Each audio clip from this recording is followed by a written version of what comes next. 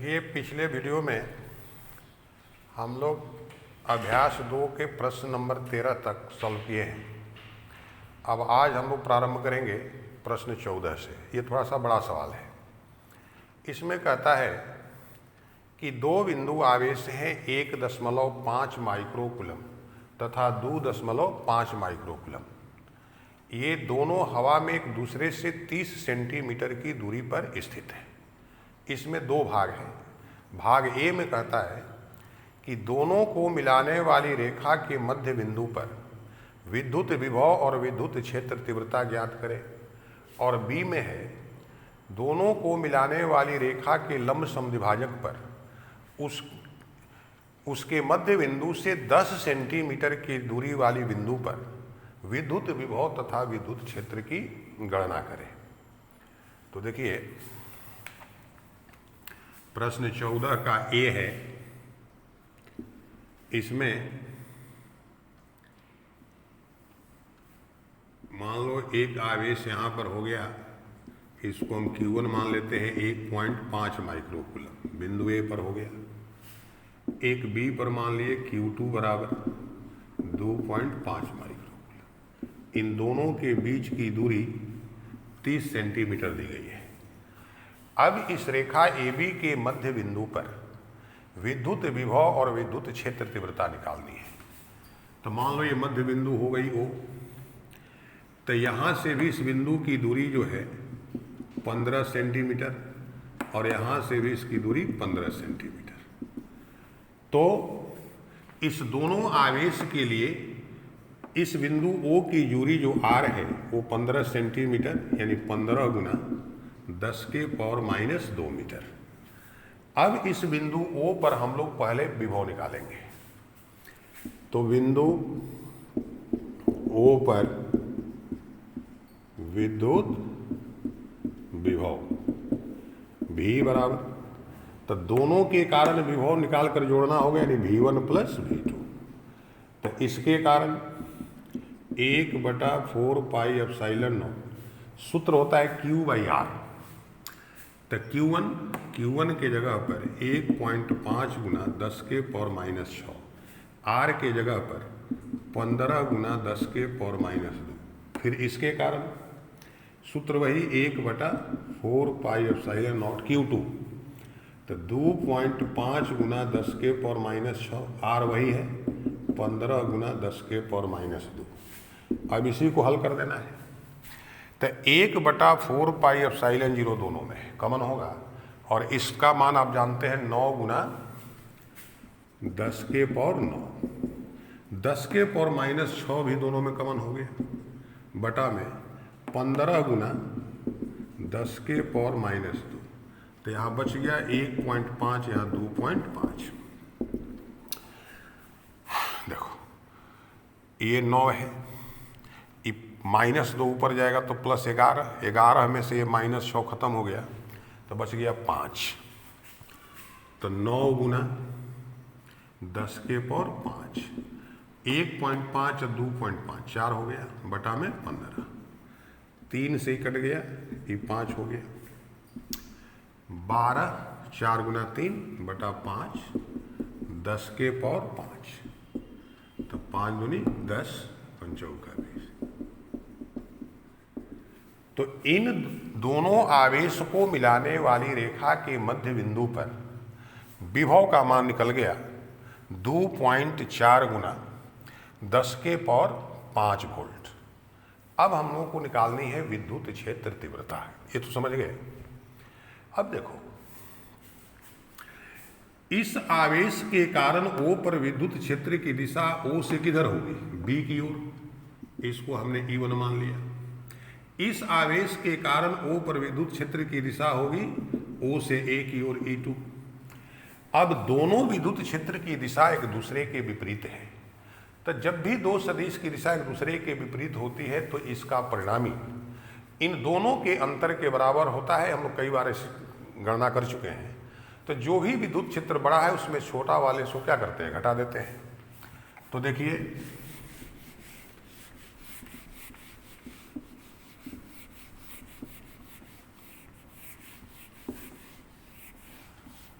अब यहाँ पर इसके कारण जो विद्युत क्षेत्र है E1, तो 1/4 पाई एप्सिलॉन नॉट Q1 1.5 गुना 10 के पावर -6, R का मान वही है, लेकिन यहाँ पर क्या होगा स्क्वायर, क्योंकि विद्युत क्षेत्र तीव्रता का सूत्र है 1/4 पाई एप्सिलॉन नॉट Q/R²।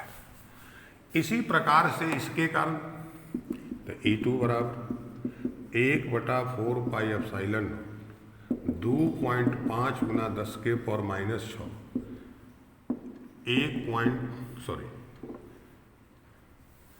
15 गुना 10 के पावर -2 का स्क्वायर। अब बिंदु O पर विद्युत क्षेत्र E बराबर, तो इसमें E2 बड़ा है E1 से, तो E2 माइनस E1। जब भी दो सदिश की दिशा एक दूसरे के विपरीत हो तो परिणामी जो आपका सदिश है दोनों के परिमाण के अंतर के बराबर होता है, और इसमें जो बड़ा है उसमें से छोटा को हम लोग क्या करते हैं, घटाते हैं। तो अब देखिए, और E बराबर, तो जब इस दोनों का मान हम यहाँ रखेंगे तो ये दोनों में है, इस दोनों को कॉमन कर लेंगे, 9 गुना 10 के पावर 9, 10 के पावर -6 भी कॉमन हो गया। अब ये स्क्वायर, तो 15 है 225, और 10 के पावर -4 ये भी कॉमन हो गया, बच गया 1.5 जोड़ 2.5। अब फिर 9 और 4 क्या हो गया 13, 13 में से 6 चला गया, तो 7 6 13, तो 9 गुना 10 के पावर 7, तो 10 के पावर 7 को हम 100 गुना 10 के पावर 5 लिख सकते हैं, बटा में 225, और गुना में 4 हो गया। एक बार समझ लीजिए, 9 -4 गया 13, 13 में से 6 चला गया, तो बच गया 10 के पावर 7, 10 के पावर 7 को 100 गुना 10 के पावर 5 लिख सकते हैं, 25 से कट जाएगा 4, 25 25 है 25 9 225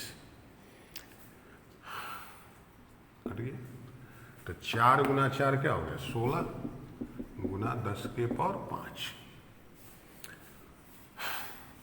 25 से हम काट दिए, तो 25 9 225, और 25 चौका 100, 9 से 9 कट गया, 4 गुना 4 16, इसको 1.6 गुना 10 के पावर 6 न्यूटन पर कूलम लिख सकते हैं। तो अब बिंदु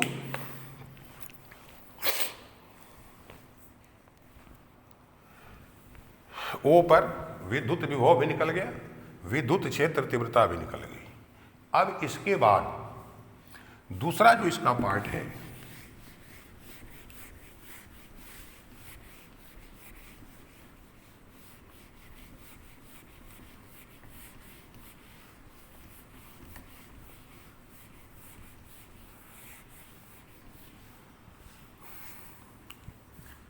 इसका जो पार्ट बी है, इसमें आवेश तो वही है, Q1 बराबर 1.5 माइक्रोकूलम, यहाँ पर Q2 बराबर 2.5 माइक्रो, ये दूरी 30 सेंटीमीटर। इसका मध्य बिंदु से ये लंब समद्विभाजक, यहाँ पर बिंदु मान लो P हमने मान लिया, यहाँ से कितने दूरी पर दिया है 10 सेंटीमीटर दूरी पर। अब इसी बिंदु P पर हम लोगों को निकालना है विद्युत क्षेत्र तीव्रता और विद्युत विभव। तो दोनों आवेश से इसकी दूरी चाहिए, तो ये जो दोनों दूरी है, तो यहाँ से यहाँ तक ही 15 सेंटीमीटर हो जाएगा, ये भी 15 सेंटीमीटर। तो देखिए AP बराबर BP, √ 15 का स्क्वायर 225 और 10 का स्क्वायर 100, √ 325,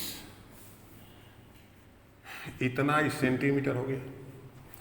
अब अगर इसका हम लोग वर्गमूल निकालें तो देखो 325 1 2 2 2 5 एक अगर 8 बार में हम लेते हैं 8 8 64, 16 6 22, तो ये लगभग 18 सेंटीमीटर इसको हम ले सकते हैं, यानी ये करीब 18 सेंटीमीटर, 18 इंटू 10⁻² मीटर।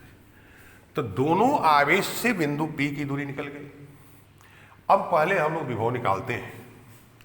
तो देखो बिंदु P पर विद्युत विभव V बराबर V1 प्लस V2। तो इसके कारण 1/4 पाई एप्सिलॉन 1.5 गुना 10⁻⁻⁶, दूरी 18 गुना 10⁻⁻²। फिर इसके कारण Q2 2.5 गुना 10⁻⁻⁶, 10⁻⁻²। ये दोनों में कॉमन हो गया, इसका मान 9 गुना 10⁻⁹, 10⁻⁻⁶ कॉमन हो गया, 18 गुना 10⁻⁻² कॉमन हो गया, 2.5। ये 2 हो गया, 9 2 11, 11 में से 6 चला गया, कितना बच गया 10⁻⁵, ये 4 हो गया। तो 4 गुना 10⁻⁵/2 यानी 2 गुना 5 वोल्ट। चलो विभव में कोई दिक्कत नहीं। इस दोनों को मिलाने वाली रेखा के लंब समद्विभाजक पर मध्य बिंदु O से 10 सेंटीमीटर दूरी के बिंदु पर विद्युत विभव का व्यंजक प्राप्त हो गया 2 गुना 10⁻⁵ वोल्ट। अब निकालनी है विद्युत क्षेत्र तीव्रता। तो देखिए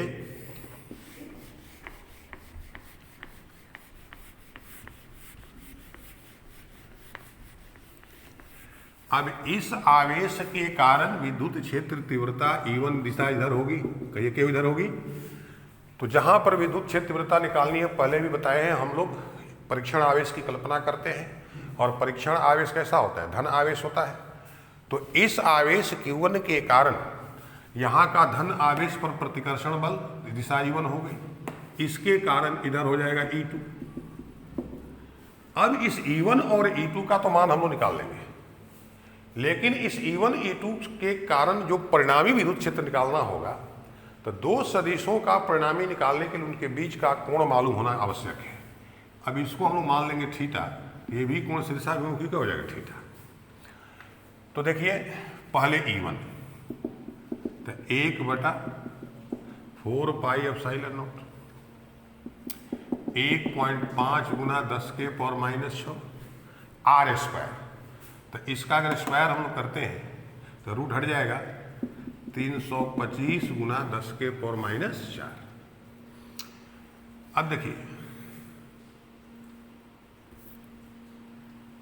E2 1/4 पाई एप्सिलॉन नॉट 2.5 गुना 325 गुना 10⁻⁴। अब देखो cos थीटा बराबर, तो त्रिभुज के गुण का सूत्र पहले भी चर्चा किए थे कि अगर ये कोण थीटा है तो cos थीटा इस सामने की भुजा AB है, तो शेष दो भुजाओं का स्क्वायर, तो इसका स्क्वायर यानी 325, फिर इसका स्क्वायर 325 माइनस इसका स्क्वायर 900, 30 का स्क्वायर 900 बटा 2 √325 गुना √325। सूत्र समझ लो। अगर मान लो ये कोई त्रिभुज है ABC, इसके सामने की भुजा A, इसके सामने की भुजा B और इसके सामने की भुजा C है। अगर इस कोण को हम लेते हैं तो cos A = इन दो भुजाओं का वर्ग का जोड़ B² जोड़ C² माइनस A² बटा 2BC। इसी सूत्र का हम उपयोग यहाँ पर किया है। अब देखो ये हो गया 650 माइनस 900 बटा में 2 गुना 325 माइनस इसमें से इसको घटाइएगा तो 250 हो जाएगा ना, 6, ठीक है, 2 गुना 325, 25 दहा 250, 25 गया एक बार में, बच गया 7, 25 दिया 75, और 2 से 5 यानी -5/13। cos थीटा का भी मान मालूम हो गया -5/13। तब क्या होगा?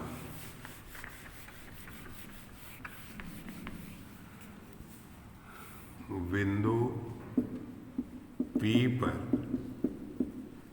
विद्युत क्षेत्र तीव्रता E बराबर √E1² plus E2² plus 2E1 E2 cos theta.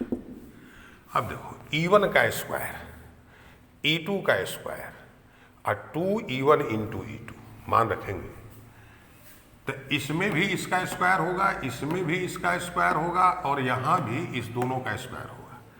तो स्क्वायर कॉमन होकर रूट से बाहर आएगा तो 1/4 पाई एप्सिलॉन 9। तो 9 गुना 10 के पावर 9 कॉमन हो गया। 10 के पावर -6 का स्क्वायर इसमें भी होगा, 10 के पावर -6 का स्क्वायर इसमें भी होगा, 10 के पावर -6 का स्क्वायर इसमें भी होगा। तो 10 के पावर -6 ये भी कॉमन हो जाएगा। 325 गुना 10 के पावर -4 का स्क्वायर इसमें भी होगा, इसमें भी होगा और इसमें भी होगा। तो 325 गुना 10 के पावर -4 इतना कॉमन हो गया। अब यहाँ पर केवल बच गया 1.5 का स्क्वायर। तो 1.5 का स्क्वायर 2.25, यहाँ पर 2.5 का स्क्वायर बच गया। तो 6.25 प्लस 2 गुना 1.5 गुना 2.5, 1.5 गुना 2.5 गुना cos थीटा का मान -5/13। अब इसी को हम लोग को हल कर देना है।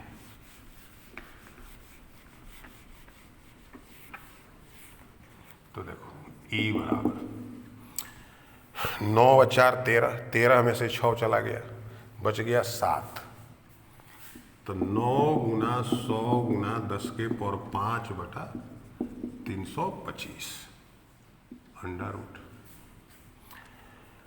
6 × 2 8। तो 8.50। यहाँ पर देखो 15 दूनी 30 यानी 3, 25 दिया 75 यानी 7.5 -7.5 गुना 5/13। 15 दूनी 30, 25 दिया 75, 25 चौका 100, 25 गया एक बार में 13, चौका 36 गुना 10 के पावर 5/13 अंडर रूट 8.50 माइनस 25, 35 और 2 37/13,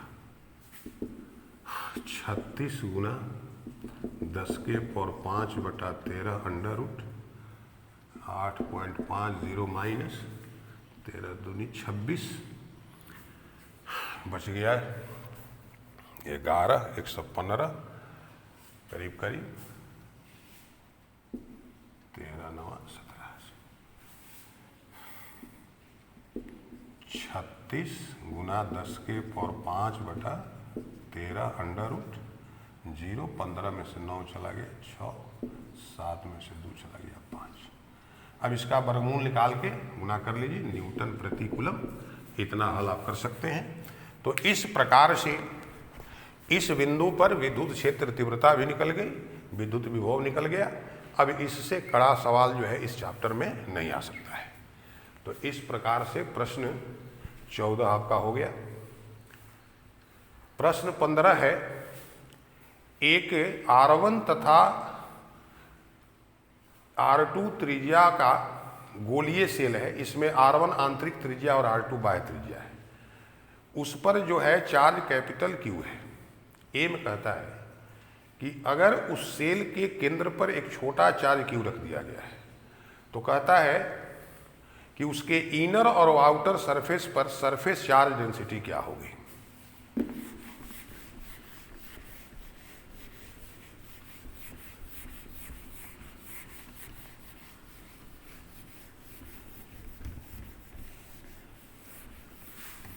तो प्रश्न 15 का ए, ये एक स्फेरिकल सेल है, इसका inner radius R1, outer radius R2, इसके सरफेस पर कैपिटल Q आवेश डिस्ट्रीब्यूटेड है। सेंटर पर कहता है कि अगर स्मॉल q आवेश रख दिया जाए तो इसके इनर सरफेस और आउटर सरफेस पर सरफेस चार्ज डेंसिटी क्या होगी। तो जैसे सेंटर पर स्मॉल q रखिएगा, स्थिर वैद्युत प्रेरण के कारण अंदर वाले पृष्ठ पर -q और बाहर वाले पर +q। तो अंदर वाले पृष्ठ पर आवेश -q हो गया, तो इसका पृष्ठ आवेश घनत्व तो -q बटा पृष्ठ क्षेत्रफल 4πr1²। बाहरी पृष्ठ पर टोटल आवेश कितना हो गया, capital Q plus small q, त्रिज्या R2 है, 4πr2²। तो इस प्रकार से इनर और आउटर सरफेस पर इसका सरफेस चार्ज डेंसिटी निकल गया। इसका पार्ट बी है, अगर उस even if the spherical surface के अलावा अगर किसी भी तरह का कोई खोखला चालक है और उसके अंदर अगर कोई आवेश नहीं है तो उसके अंदर विद्युत क्षेत्र तीव्रता 0 होगी। तो हम लोग पढ़ चुके हैं कि किसी भी तरह का चालक है अगर खोखला है तो जो भी आवेश दिया जाता है उसके पृष्ठ पर रहता है, इसलिए उसके अंदर हर बिंदु पर विद्युत क्षेत्र तीव्रता क्या होती है, 0 होती है। उसमें किसी आकृति और आकार से मतलब नहीं है। तो इस प्रकार प्रश्न 14 तक हो गया। फिर अगले वीडियो में हम लोग इसके आगे सवाल को सॉल्व करेंगे।